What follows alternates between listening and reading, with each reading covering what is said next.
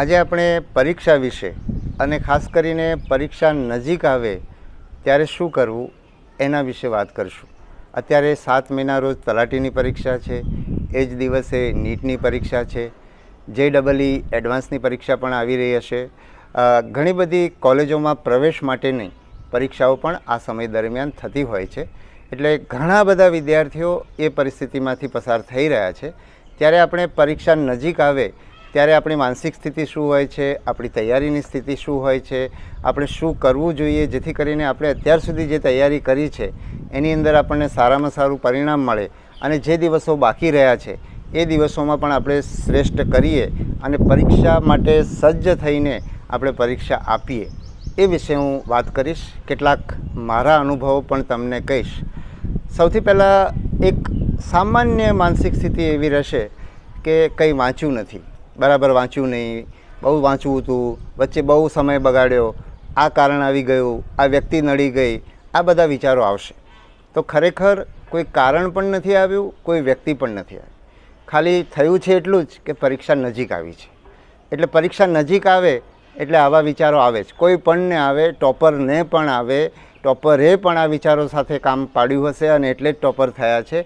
એ વસ્તુ બધાએ યાદ રાખવાનું. એટલે આ એકદમ સ્વાભાવિક છે. તમે કંઈ આગળ સમય બગાડ્યો છે અથવા તો કોઈ સંજોગો આવી ગયા છે, બધી વાતો નકામી છે. પરીક્ષા નજીક આવી છે, તમે બહુ વાંચ્યું હશે એને પણ આ વિચારો આવશે ને આવશે. એટલે આ વિચારો આવે તો એની સ્વાભાવિકતાથી એનો સ્વીકાર કરવો. અને જો એને સ્વાભાવિકતાથી સ્વીકાર નહીં કરીએ તો જે સમય બચ્યો છે એ પણ આપણે બરાબર વાપરી શકશું નહીં. હું તમને મારો જ અનુભવ કહું છું. મેં UPSCની પરીક્ષા 4 પ્રયત્નોએ આપી છે, 4 વખત આપી છે. 4 વાર મારી પ્રિલિમ થઈ છે, 3 વાર મારો ઇન્ટરવ્યૂ આવ્યો છે, 2 વાર મારી પસંદગી થઈ છે. તો હું મારા પહેલા પ્રયત્નની મેઇન પરીક્ષાની હું તમને વાત કરું છું. તો મેં પહેલા પ્રયત્ન વખતે પહેલાં મેં ખૂબ બધી નોટ્સ બનાવી અને એના પરિણામે જ્યારે 25 દિવસ પરીક્ષાના બાકી રહ્યા ત્યારે મેં વાંચવાનું શરૂ કર્યું. અને વાંચવાનું શરૂ કર્યું એટલે પહેલો વિચાર આવ્યો કે આટલા બધા દિવસ નોટ્સ નહોતી બનાવવાની, અથવા તો ખાસ તો મને એવું થતું હતું કે નોટ્સ તો બહુ જરૂરી હતી એટલે નોટ્સ બનાવી એ સારું કર્યું, પણ હવે વાંચવાનો સમય નથી એટલે આ વખતે નહીં થાય. એટલે મેં 25 દિવસ મહેનત જ નહીં કરી અને મારા 825 માર્ક્સ આવ્યા એ પરીક્ષાની અંદર અને મારો ઇન્ટરવ્યૂ આવ્યો નહીં. અને મારા મિત્ર અજય દિઘેને 835 માર્ક્સ આવ્યા, એને ઇન્ટરવ્યૂ આવ્યો. એટલે અમારી બંને વચ્ચે 10 માર્ક્સનો તફાવત રહ્યો.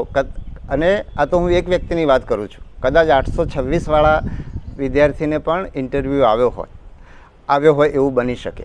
એટલે આપણે જો મેં 25 દિવસમાં થોડીક વધારે મહેનત કરી હોત તો 10 માર્ક્સ નહીં, કદાચ 50 માર્ક્સ મારા વધી શક્યા હોત. પણ મને આ વસ્તુની ખબર જ નહોતી. મારી જેમ મને આવું કોઈ કહેનારું પણ નહોતું અને મેં મારા 25 દિવસો બગાડ્યા. એના કારણે હું એ પહેલા પ્રયત્નની અંદર હું ઇન્ટરવ્યૂ સુધી ના પહોંચી શક્યો. નહીંતર મને ઇન્ટરવ્યૂનો લાભ મળત અને વધારામાં મારો આત્મવિશ્વાસ વધત. હવે હું એ જ વર્ષની એના પહેલાં લેવાયેલી પ્રિલિમની વાત કરું છું. મેં જ્યારે આ પ્રિલિમની એટલે UPSC સિવિલ સર્વિસ એક્ઝામ આપવાનું નક્કી કર્યું ત્યારે મને એવું હતું કે આપણા ગુજરાતીઓને તો સામાન્ય જ્ઞાન બહુ હોતું નથી એટલે આપણને બહુ જ તકલીફ પડે. એટલે પરીક્ષાના 1.5 મહિના પહેલાં મેં મને લાગે છે કે 2 મહિના પહેલાં 2 મહિના પહેલાં મેં આની તૈયારી શરૂ કરી. અને એ વખતે પ્રિલિમ માટે, GK માટે, સામાન્ય અભ્યાસ માટે ટાટા મેગ્રો હિલની ગાઈડ આવતી હતી જે બહુ જ નાની ગાઈડ હતી. એટલે મેં ગાઈડ વાંચવાની શરૂ કરી અને 15 દિવસની અંદર મારું વાંચવાનું બધું પૂરું થઈ ગયું. એટલે પૂરો મારી પાસે 1.5 મહિના જેટલો સમય બાકી રહી ગયો અને મારી સામે એટલે મેં ટાટા મેગ્રો હિલ વાંચી દીધી. અને પેલી જે માન્યતા હતી કે ગુજરાતીઓને GK આવડતું નથી અથવા મને આવડશે નહીં, એ આખી માન્યતા બદલાઈ ગઈ અને મને એમ લાગવા માંડ્યું કે GKની મારી તૈયારી ફર્સ્ટ ક્લાસ થઈ ગઈ છે. એટલે હવે 1.5 મહિનામાં કરવું શું?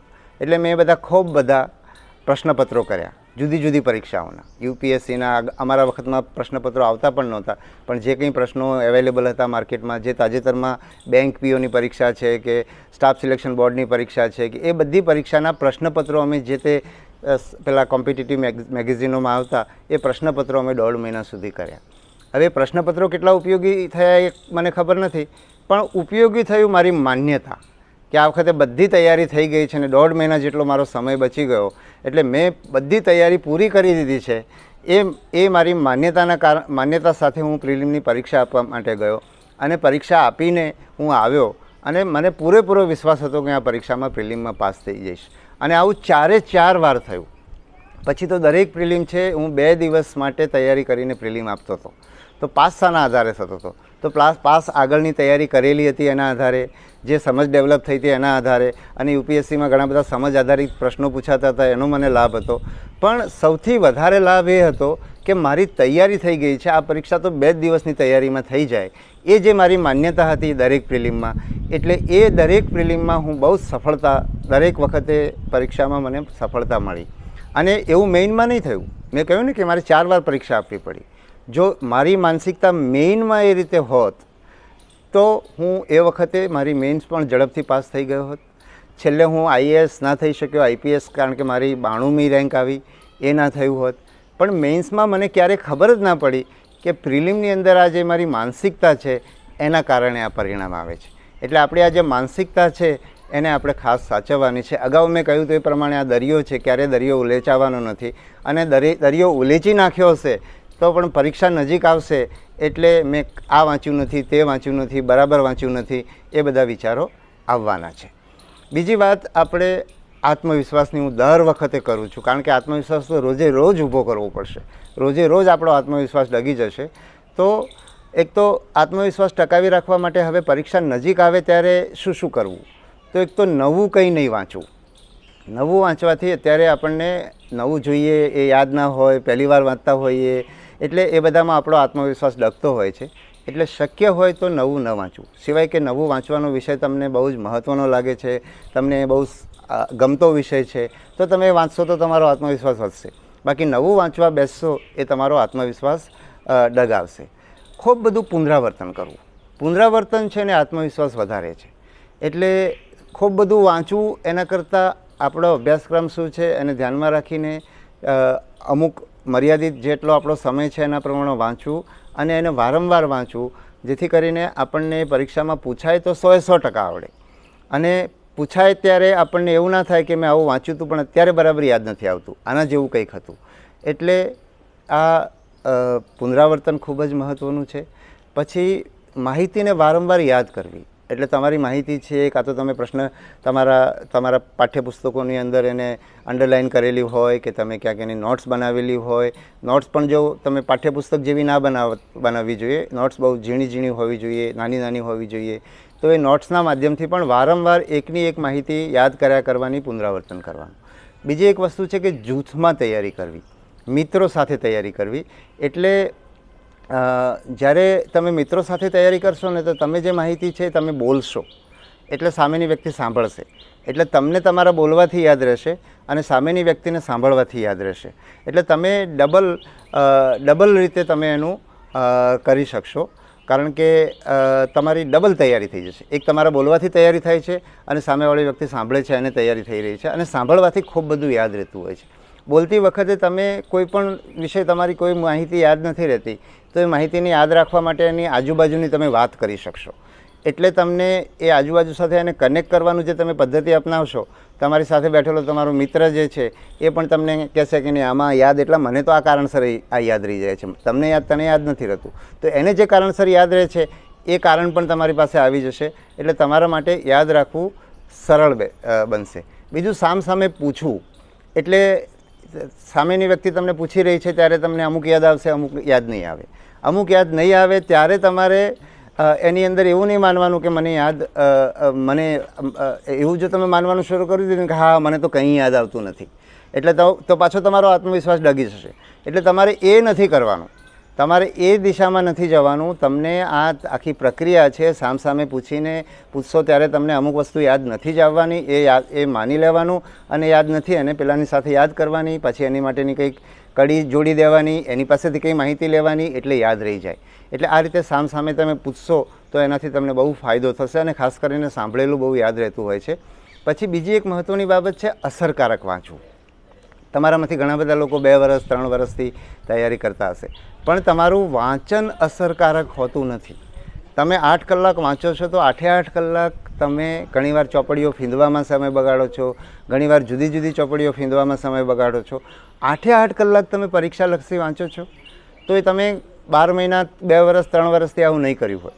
જો તમે 12 મહિનાથી એવું કર્યું હોત તો તમે અત્યાર સુધી તમારે 3 વર્ષ વાંચવાની જરૂર જ ના પડે.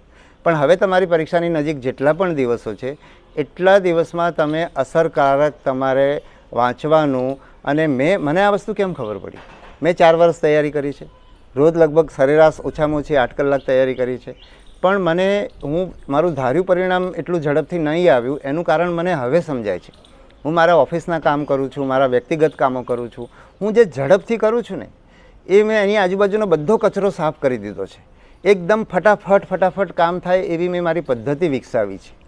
એટલે તમારે પણ આ પરીક્ષાઓમાં સફળ થવું હોય, ઓછા સમયમાં ઝડપથી સફળ થવું હોય, તો તમારે તમારી વાંચવાની પદ્ધતિ એવી બનાવી દેવાની છે કે તમારી પરીક્ષાને સૌથી પહેલાં સમજી લેવાની શરૂ કરો ત્યારે, અને એ પરીક્ષાની રિક્વાયરમેન્ટ શું છે, એની ડિમાન્ડ શું છે, એની જરૂરિયાત શું છે એ તમે એકવાર સમજી લો.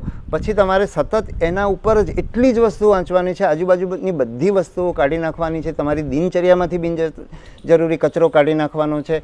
તમારે જે તમારા રિલેક્સ થવા માટેનો સમય છે, જેથી કરીને તમે ફ્રેશ રહો અને કામ કરો, તો એનો પણ સમય અલગ રાખી દેવાનો છે.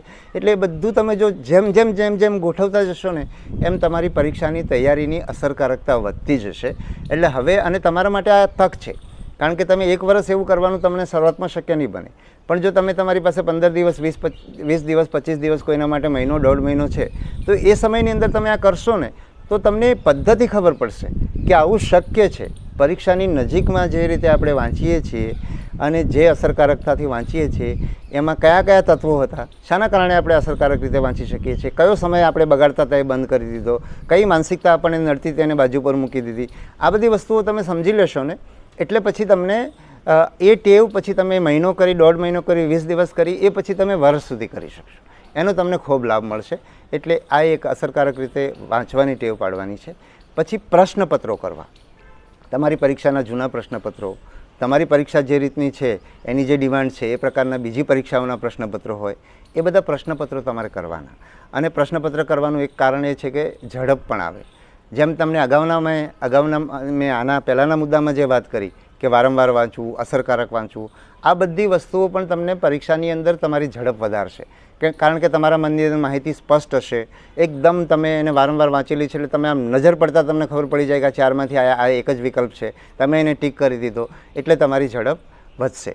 એ જ રીતે તમે જ્યારે પ્રશ્નપત્ર કરશો ત્યારે પણ તમારે પરીક્ષા ખંડની અંદર જે રીતે બેસો છો એમ પ્રિન્ટ કાઢીને એ પ્રશ્નપત્ર કરવાનું. એટલે પરીક્ષાની અંદર જ તમારી ટીક કરવાની જે કંઈ પદ્ધતિ છે, તમે જે રાઉન્ડ લઈ રહ્યા છો, પહેલા રાઉન્ડમાં અમુક પ્રશ્નો કરી રહ્યા છો, તમે એના જે વર્તુળને ઘાટા કરવાનું તમારું કામ છે, એ બધું તમે પરીક્ષા ખંડમાં જે રીતે કરો છો એ જ રીતનું વાતાવરણ ઊભું કરીને તમારે પરીક્ષા આપશો એટલે તમારી ઝડપ ઓટોમેટિકલી વધશે.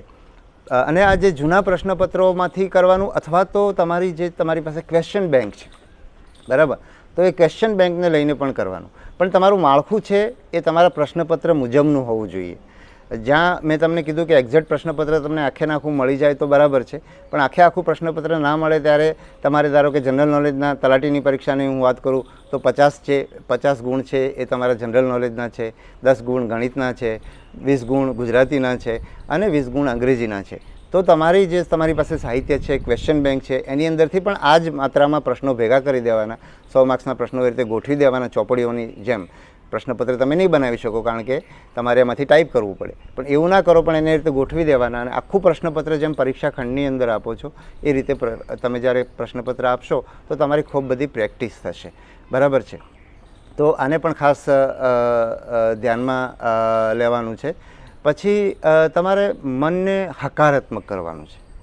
કેટલાક લોકોની એવી માનસિકતા હોય છે કે એમના માટે નકારાત્મક વિચારો આવવા એ એકદમ સ્વાભાવિક છે. એટલે એ નકારાત્મક વિચારો આવે તો આપણે હકારાત્મક વિચારોથી એને ભરી દેવાનું છે. એટલે ઘણા ભાતના વિચારો આવશે અને બધા વિચારને બાજુ પર મૂકવાના.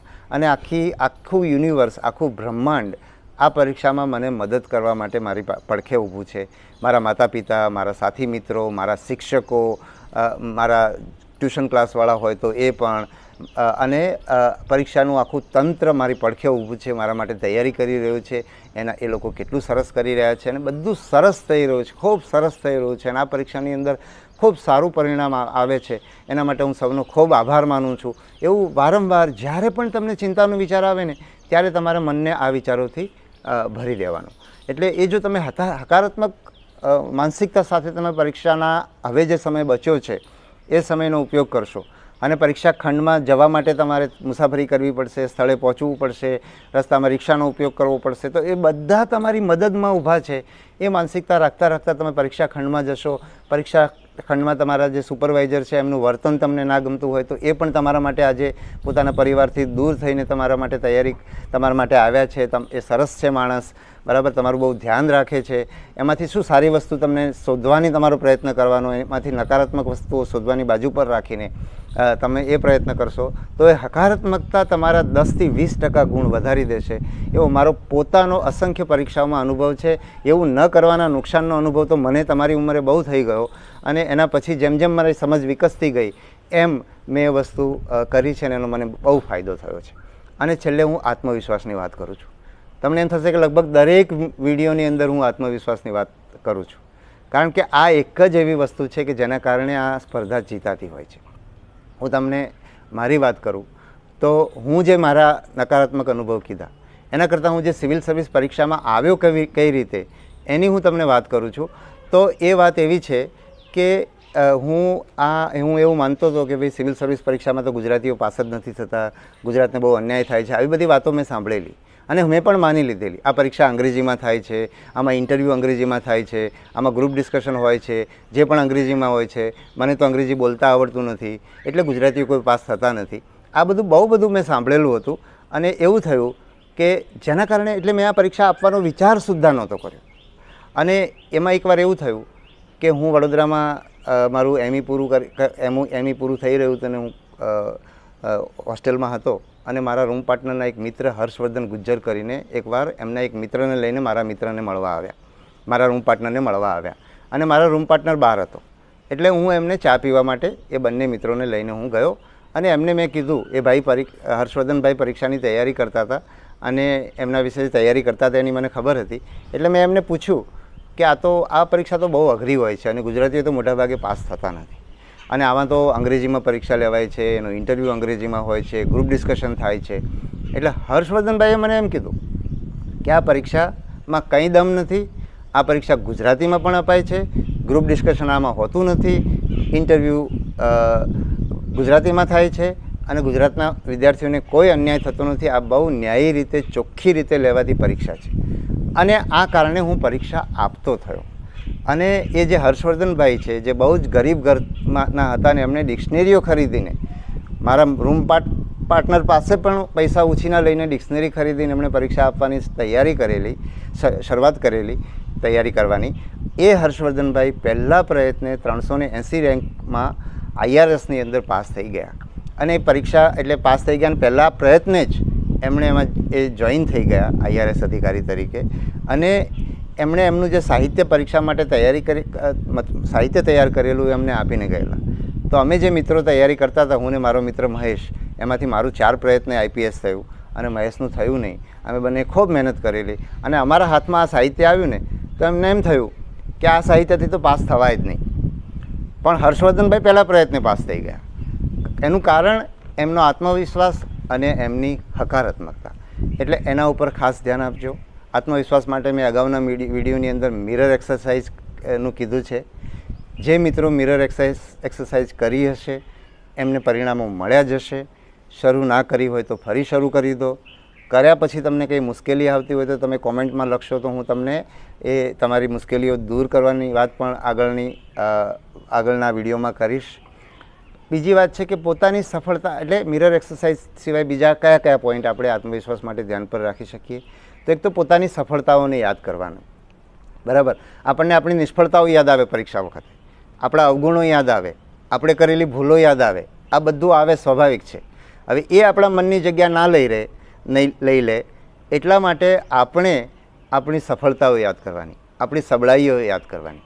બીજું એ કે આપણે આપણા સાથેના આપણે એવા માણસોના સંપર્કમાં રહેવાનું કે જે આપણને હંમેશા આપણી સફળતાઓ યાદ કરાવે. ઘણા લોકો એમ કહે કે તારાથી તો કંઈ થશે નહીં, તો આખું વરસ રખડી ખાતું છે, બરાબર. એવા ઘણા લોકો તમને આજુબાજુ મળે, એ બધાથી દૂર રહેવાનું.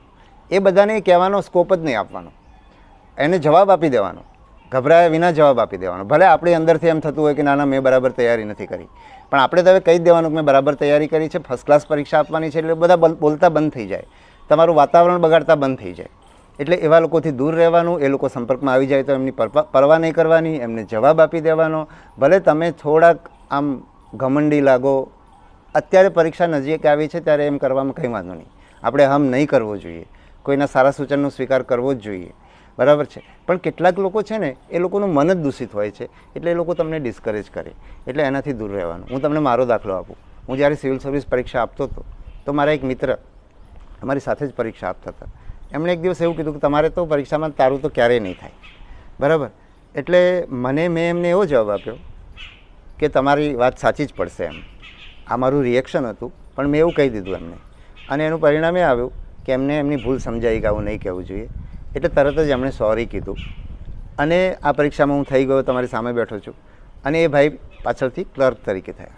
હું એમ નથી કહેતો કે એમણે આવું કીધું, એમનામાં કોઈ દોષ નથી. આપણે બધા માનસિકતામાંથી નકારાત્મક વિચારો મારી અંદર આજે પણ છે ને એને મારે આજે પણ એની સાથે કામ પાડવું પડે છે, એને ડીલ કરવા પડે છે, એને બાજુ પર મૂકવા પડે છે. એટલે બધાની અંદર હોય. એટલે ભાઈમાં કંઈ ખામી છે એવું નહીં, પણ આવું કંઈ પણ આવે તો એમના ઉપર આપણું નિયંત્રણ નથી, પણ આપણે આપણો રસ્તો કાઢી લેવાનો છે. એટલે આ ખાસ ધ્યાન રાખવાનું છે. અને આ જે મેં વાત કરી છે, આ વાત ઉપર વિચાર કરવાનો અને એમાં તમને અનુકૂળ આવે રીતે જ એને અમલ કરવાનો. કારણ કે આમાં શું થાય કે ઘણીવાર મારી આ વાત સાંભળીને તમને તમારી ભૂલો દેખાવા માંડે અને એના કારણે તમારો આત્મવિશ્વાસ ઓર ડગે. એટલે આમાં તમને લાગુ પડતું હોય ને એટલું તમારે લાગુ પાડવાનું. બીજાની વાતો સાંભળીને આપણો આત્મવિશ્વાસ ઘટાડવાનો નહીં, અપરાધ ભાવ નહીં જન્માવાનો. આપણે તો પરીક્ષાનો દરિયો છે ને, મહાસાગર છે, એને પાર કરવાનો છે, આપણી તાકાતથી પાર કરવાનો છે. અને આપણી તાકાતો ઉપર જ જોર રાખવાનું. બીજાઓ કહે છે એમાંથી આપણી કામની જ વસ્તુ લેવાની. એમાંની કોઈ વસ્તુ આપણે ના કરતા હોઈએ તો એનાથી આત્મવિશ્વાસ ઘટાડવાનો નહીં. એ નથી કર્યું એટલે તમે પરીક્ષામાં પાસ થાઓ એવું નથી. પરીક્ષામાં પાસ થવાની આ એકમાત્ર ફોર્મ્યુલા નથી, તમારી ફોર્મ્યુલા પણ ફર્સ્ટ ક્લાસ હોઈ શકે. એટલે એના ઉપર જ જોર રાખવાનું. એના ઉપર આપણી તાકાતથી જ આપણી તાકાત જ આપણા કામની છે. બીજાની તાકાત ગમે તેટલી હોય એ આપણા કામની નથી. એટલે આપણને લાગુ પડે, આપણને ઉપયોગી થાય એ જ રીતે એનો ઉપયોગ કરજો. પરીક્ષા નજીક આવી રહી છે. ખૂબ બધી શુભેચ્છાઓ. ખૂબ સરસ કરો, ચોક્કસ સફળ થશો એવી ખૂબ શુભેચ્છાઓ સાથે મારી વાત પૂરી કરું છું. ખૂબ ખૂબ ધન્યવાદ.